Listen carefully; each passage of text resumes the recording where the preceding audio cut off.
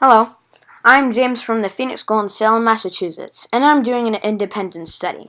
My study is, how does the angle of the bat affect the power of the baseball? So this is George Springer, the right fielder for the Houston Astros, and his swinging mechanics. This is his pre-stance. As you can see, he's very relaxed and his knees are bent. His bat is behind his head, and his bat is off the shoulder, so he's ready to swing. This is the load.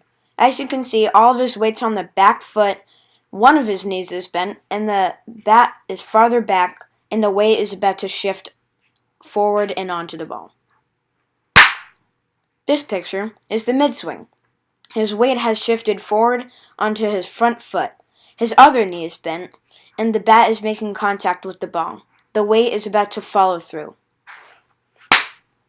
This picture is the follow-through. As you can see, his weight is on the back foot once again. One knee is bent, and the bat is way behind his head. The weight is about to shift back down so he can start running to first base. So this is my pre-stance, and here it is from a different angle. I noticed that it's very similar to the right fielder of the Boston Red Sox, Mookie Betts. And based on his hitting statistics, he's the kind of person you want your batting stance to be modeled after. So what you see in front of you is a diagram I've created with all of my swing tests on it.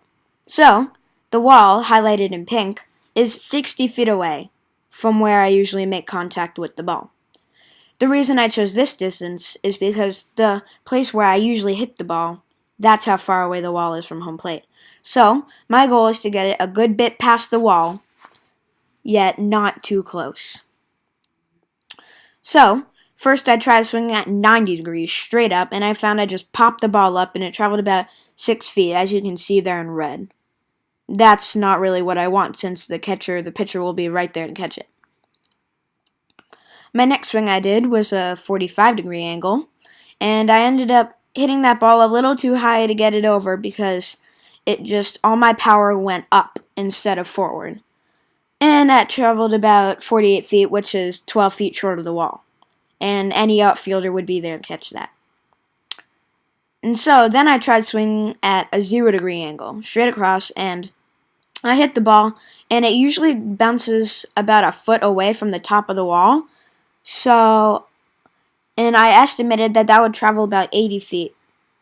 But since the outfielders are tall enough to catch the ball, since I didn't hit it high enough, that would also result in an out. This is highlighted in green. So I figured out I want it probably between 48 feet and 80 feet, which I found is about 64 feet. That's what I want to hit it. It's a good amount above 60 feet, yet I don't have to hit it too horizontally so that the outfielders will be able to jump up and catch it. So here I am, and I decided, okay, if I'm going to make it between 48 feet and 80 feet, I need to swing right between both of those angles. The first angle I tried was 45 degrees, and the second angle was 0 degrees. So that left me with 22.2 degrees. So I swung it at that, and I got exactly what I wanted. It went just over the wall, and it was too high for the outfielders to catch. I studied trajectory to figure this out, and eventually it worked out perfectly. So my ending product is the new swing I have. I'm going to swing at 22.2 degrees and hopefully hit for more power. Once again, this is James from the Phoenix School in Salem, Massachusetts, and this is my independent study project.